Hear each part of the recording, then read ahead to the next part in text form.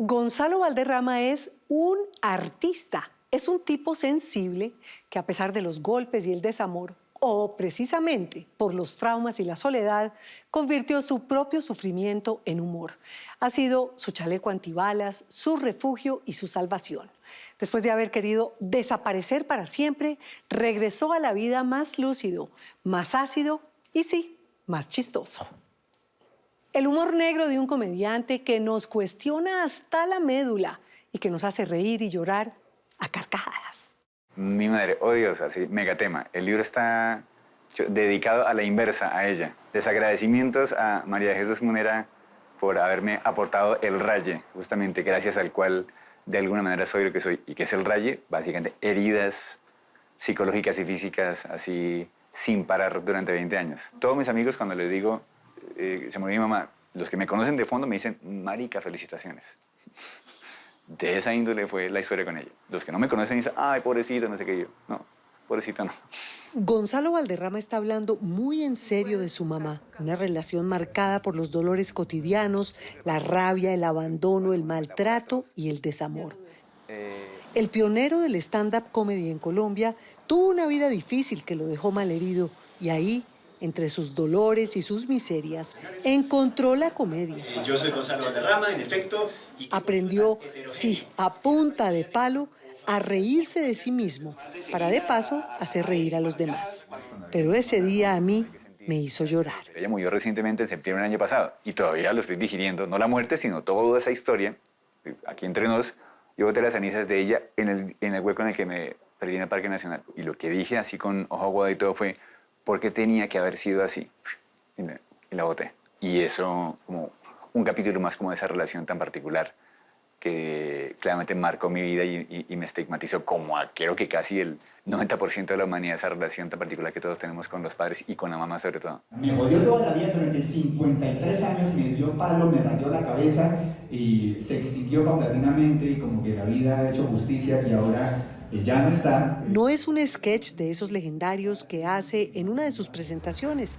Es Valderrama hablando en carne viva, recordando los traumas con los que creció, que han sido a la vez la cruz y el insumo, convertidos en arte. Todo este asunto tóxico que tengo en la cabeza también me he vuelto y eventualmente soy un tipo agresivo, soy un tipo eventualmente rabioso y tal, y estoy en ese proceso de eliminar la rabia acumulada por tanto tiempo. 45 años de tortura y ahora repararlo ahí como a estas alturas. Esa es la diferencia de Gonzalo y el resto de los mortales. Reconoce sus grietas y con todas las dificultades trata de hacer algo al respecto. Su relato es duro, crudo y cruel. Entonces, ¿cuál es el sentido del humor? Lo desarrollé justamente de pronto de esa confrontación constante como con la vida ruda y tal. Tuve que crear mecanismos de defensa como para protegerme de todo lo que me llovía, pues, y yo creo que el sentido del humor definitivamente se derivó de eso, ¿no? Gonzalo nació en Bogotá un 25 de agosto del 69 en el Hospital de la Ortúa, o sea, pobre.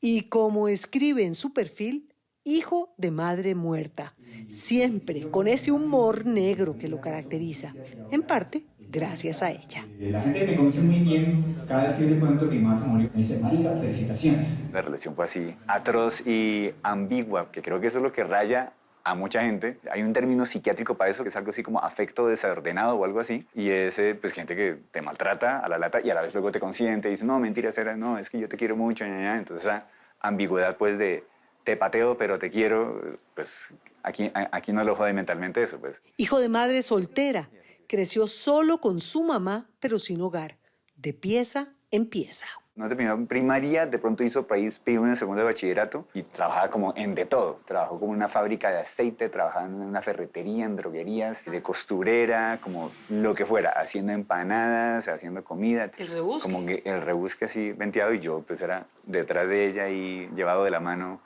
por todo tipo de inquilinatos. Lo que hacía mi mamá era subarrendar ilegalmente habitaciones en apartamentos o casas que a ella le arrendaban y ella pues arrendaba esos lugares y nosotros nos desplazábamos a la cocina de la casa o a la sala de la casa y los cuartos eran los arrendables. Entonces yo desde mis 5 años hasta mis, ¿qué será? 30 años, yo conviví con unas 500 personas, de todas las razas, credos, posturas políticas, orientaciones sexuales. ¿Hubo abuso sexual en...? Es que hubo de todito, de un inquilino. Y por eso el raye, como le dice Gonzalo, a una fisura en el alma, en la máquina de sentir, que impide ninguna alegría ni paz interior. Creo que es como que tan profunda la herida que ya ha sido tantas las patadas que ya ni duele. Como que un poco el cerebro como que también se ayuda y se autoanestesia, pues, porque ya decir ay, ay, ay, ya, ¿eso para qué? Y el maltrato no era solo en la casa, es que era el blanco perfecto para el acoso también en el colegio. Era como el chino ahí, como enclenque, como con cara de niña, malo para los deportes, bueno para el inglés y que consecuencia de todo el caos de la casa, era pésimo en casi todas las materias. Me jodían y me cascaban y de todo. Era orejón, bueno, sigo siendo orejón, entonces me la montaban por orejón, pero me decían Frankie, por uno de mis apodos era Frankie, por Frankenstein. Y en época me decían la bestia, así como a Manolito de Mafalda, me decían la bestia, porque pues en mis últimos años de bachillerato me fue muy mal académica, entonces yo era la bestia, el más bruto de todos. Que de bruto no tiene nada. Al contrario, es tan inteligente que desde muy niño entendió el valor que tienen los libros. Supongo que por instinto y por, yo qué sé, alguna cosa que le habrán dicho que eso hay que leer, ¿ya? Como que ya y como por inercia como que se suscribió a Círculo de Lectores y eso comenzó a implicar que llegaran libros a la lata a mi casa que ella compraba casi que arbitrariamente. Entonces yo podía leer desde el Diccionario de los Sueños y Manual para manejar plantas y trucos culinarios con Edgar Allan Poe, Las Mil y Una Noches, Profecías de Nostradamus, Condorito, Libro Gordo de Petete, Álbum de Chocolatinas Jet, Julio Cortázar, José Luis Borges, García Márquez, o sea, de todo me entró en la cabeza. Digamos que para bien y para mal en el sentido de que me culturizó, pero a la vez también me mostró de alguna manera también lo horrible de la naturaleza humana. Fue solo hasta los 10 años que conoció a su papá, un médico que tenía su propia familia. Aunque se convirtió más adelante en la vida de Gonzalo en su amigo, sin duda le hizo muchísima falta durante su niñez. Los primeros recuerdos que tengo de él, así como físicos, fue como a los 10 años, calculo yo. Sí.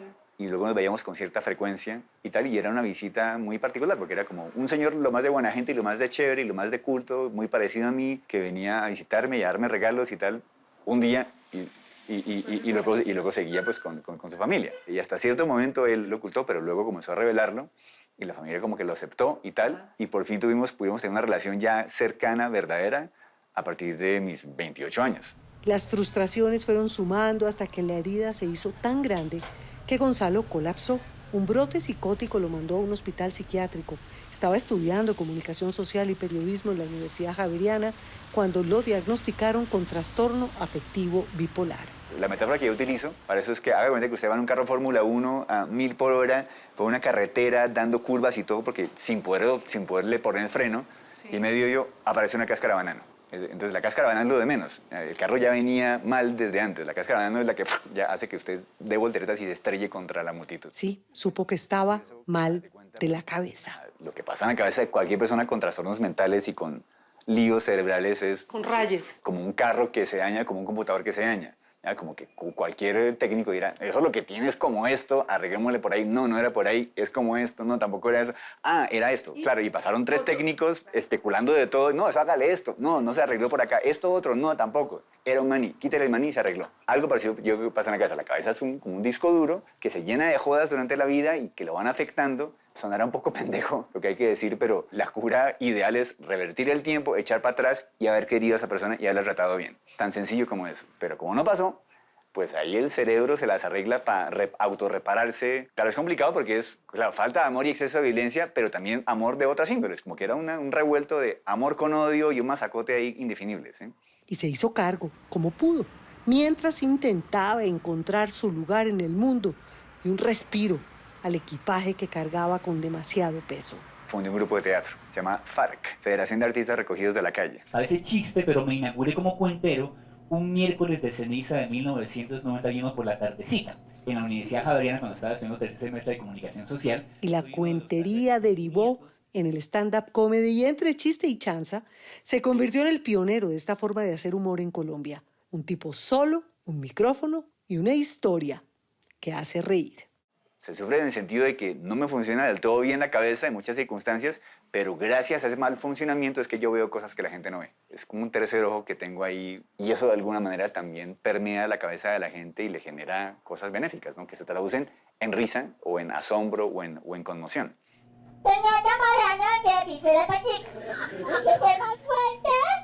Eso fue conmoción total.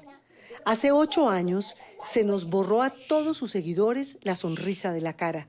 Él ya era un humorista muy conocido, famoso en la tele por los comediantes de la noche, cuando una depresión muy profunda lo empujó a un lugar oscuro de donde no quería volver a salir. Lo que sucedió en esa época fue directamente una reacción de mi cabeza ante un ataque extremo de depresión, ¿sí?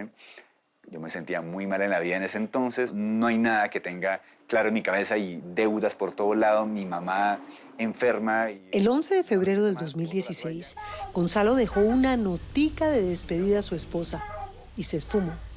Fue noticia nacional, circuló su foto por todas partes y las redes enloquecieron buscándolo. Y yo dije, no resisto más, boto la toalla, game over, me voy. A meterme en un hueco, a morirme de inanición. No investigué lo suficiente para darme cuenta de que para morirse de inanición tiene que pasar no sé cuántos meses. Yo ya al tercer día, no era que estaba desesperado por volver, pero claramente dije, bueno, esto va a durar más de lo que carga, por lo menos morirme de hambre o lo que fuera. Va a suicidarse, se despide. ¿Eso es lo que quiere hacer? Sí. ¿Cómo? ¿Y por qué escoge ese lugar? ¿Cómo en su cabeza pensaba que se iba a morir? ¿De hambre, de frío? Pues literalmente, de lo que fuera, quedándome encerrado en un hueco hasta que me apagara del todo. Y había escogido ese lugar que yo conocía desde antes, porque era un lugar al que yo frecuentemente iba a meditar. Les confieso que Gonzalo, además de que me hace reír, me parece un bacán. Un par de meses después de su crisis, regresamos juntos al Parque Nacional, al mismo hueco en el que se enterró, para compartir con nosotros ese capítulo angustioso de su vida que no es chistoso. Era como una especie de pequeño abismo, como un peñasco que hay en el Parque Nacional, como abajo de la carrera primera, entre la primera y la quinta. Y yo siempre que me sentaba a meditar ahí, viendo naturaleza, al fondo había como un riachuelo y como un pequeño abismo de 5 metros. Siempre que lo hacía, yo decía, este sería un lugar chévere para morir algún día en la vida. Chévere tirarse ahí y dejarse comer por los chulos o lo que sea, ¿sí? Y tiempo después fue el lugar al que yo decidí instintivamente irme a meter allá. 3 días, jueves, viernes, sábado y sus respectivas noches y la madrugada del domingo a eso las 3:30 fue que decidí volver. Durante la crisis no encontró otra salida que la muerte, pero al tercer día, como Jesucristo, regresó a recomponer los pedazos y desde el momento de la resurrección trabaja en su salud mental para encontrar el equilibrio, la paz y la risa. Ahí está lo otro, que sin eso otro no habría chance de hacer humor. Sí, es el insumo inicial. Uno lo que hace es como un proceso ahí como de un alambique particular donde entra una joda dolorosa y pasa por un montón de tubitos hasta que al fin sale la cosa chistosa, pero sin la cosa dolorosa inicial. Y le mete el polen y la poliniza y la poliniza y la poliniza y la poliniza. Se ha dedicado a sanar con terapia y otras formas de lucha, pero siempre con la risa como remedio infalible. Con el humor por otro lado y la música. O sea, la música como anestesia así absoluta desde yo qué sé, los 7 años. Soy un melómano extremo y la melomanía es una patología muy benigna, pero es como llenar los huecos con música. ¿Sí? Y eso, yo tenía huecos por doquier y la música siempre ha sido parte fundamental de mi existencia. Todos los martes se presenta en el Teatro Petra y tiene el Club 21 de comedia y también Open Mic de la Escuelita Valderrama, en donde se gradúan los pupilos que quieren seguir el camino del humor. Y ha escrito 2 libros, el último, Del Raye a la Rutina, una guía de 360 páginas para sanar el dolor personal con la comedia. La comedia era requete necesaria para vomitar un montón de cosas que llevábamos tiempo atascados. La traje acá. No podía ser de otra forma. Gonzo, como le dicen sus amigos, hizo el duelo de su madre con un roast, que en el mundo de la comedia, que también es un drama, es una especie de brindis cómico, o para decirlo en colombiano, es una montadera cruda y dura. Así que esta función la dedico a María de Jesús Munera, alias mi madre, afortunadamente muerta. Y se despidió para siempre de la doña María de Jesús Munera Bustos. Ella murió en Bucaramanga y yo no la vi morir ni la acompañé en su muerte y allá la cremaron. Mi suegra trajo las cenizas, las tuve ahí en el baño como una semana y le hice un roast. Es una especie como anti-homenaje burlesco que se le hace a la gente. Sí, sí. Yo ya con sus cenizas fui a hacer un roast en un club de comedia para exorcizar por fin ese asunto humorísticamente. Y desde ahí como que como que ya cerré el ciclo definitivo. Yo soy locutor también. ¿Pero eso? He hecho y hago, no con la frecuencia que quisiera. Como hay que volver al principio, o mejor al final del cuento, Gonzalo ha seguido el camino de la sanación. Trabaja en los traumas que le dejaron los golpes y la relación tan cruel con su mamá. Su esposa Sheila y sus 2 hijos son su razón para vivir. Le alegran la vida. Gonzo ha vuelto a sonreír dentro y fuera del escenario. En esas estoy en ahí desempolvar ahí los escombros, a ver qué queda ahí debajo de eso para volver a que renazca ahí la luz. Puede que eso haga que deje de ser tan chistoso. Ya veremos qué pasa si me vuelvo un poco más luminoso. Todo padre que ya tenga hijos que comienzan a preguntarle por qué, saben que está a un porqué de la demencia absoluta. Que brille esa luz que nos hace reír y ese humor que nos obliga a pensar y a cuestionarnos siempre. Gracias, querido Gonzalo, por el llanto, pero sobre todo por la risa.